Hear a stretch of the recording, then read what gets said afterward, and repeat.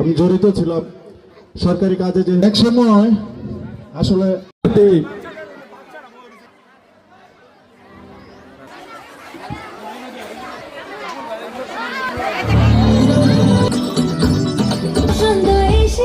আজকের অনুষ্ঠানের উদ্বোধক দিচ্ছেন অত্র প্রতিষ্ঠানের সভাপতি জনাব মোহাম্মদ গুলজার হোসেন ও হুমায়ুন কবির। বিশেষ অতিথি অত্র প্রতিষ্ঠানের সভাপতি এবং আহ্বায়ক সভাপতি নারায়ণগঞ্জ জেলা। এই স্কুলে আপনারা এসেছেন, এসে আপনারা সবাই এই ছাত্রদেরকে আরো ইন্সপায়ার করেছেন, তাদেরকে আমি অভিনন্দন এবং শুভেচ্ছা জানাচ্ছি। এর পাশাপাশি আমি শেষ পর্যন্ত থাকবো, আসলে কৃতজ্ঞতা স্বীকার করছি। তো এই স্কুলটাতে আমি টিচার ছিলাম প্রায় 2 বছরের উপরে। তো তখন যে একটা পরিপূর্ণ ছিল স্টুডেন্ট, টিচার এবং পড়ালেখার যে একটা মান ছিল, আমি এটাও জানি যে এইখান থেকে যারা এসএসসি পরীক্ষা দিয়ে যারা বিভিন্ন ভার্সিটিতে যারা উত্তীর্ণ হয়ে এখনও পড়াশোনা করতেছে। তো আমি একটা কথাই বলতে চাই লাস্ট, যে আমি আগের মতো এই রূপটা দেখতে চাই।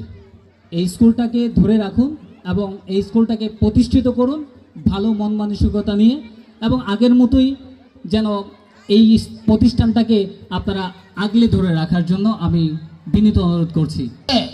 ছোট্ট ছোট্ট তারাদের মনে করবেন একটা নরম মাটি, এই নরম মাটি দিয়ে ইচ্ছা করলে আপনারা ইট বানাইতে পারবেন, পুতুল বানাইতে পারবেন, খেলনা বানাইতে পারবেন। এই মাটিটা শক্ত হয়ে গেলে কি আপনারা বানাইতে পারবেন?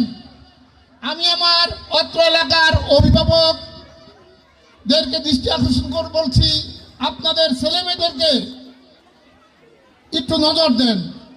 আপনার ছেলেমেয়ে ভবিষ্যতে কি হবে, এখন থেকে নজর দিলে আপনার ছেলেমেয়ে ভবিষ্যতে এসির ভিতরে থাইকা কাজকর্ম করতে পারবে।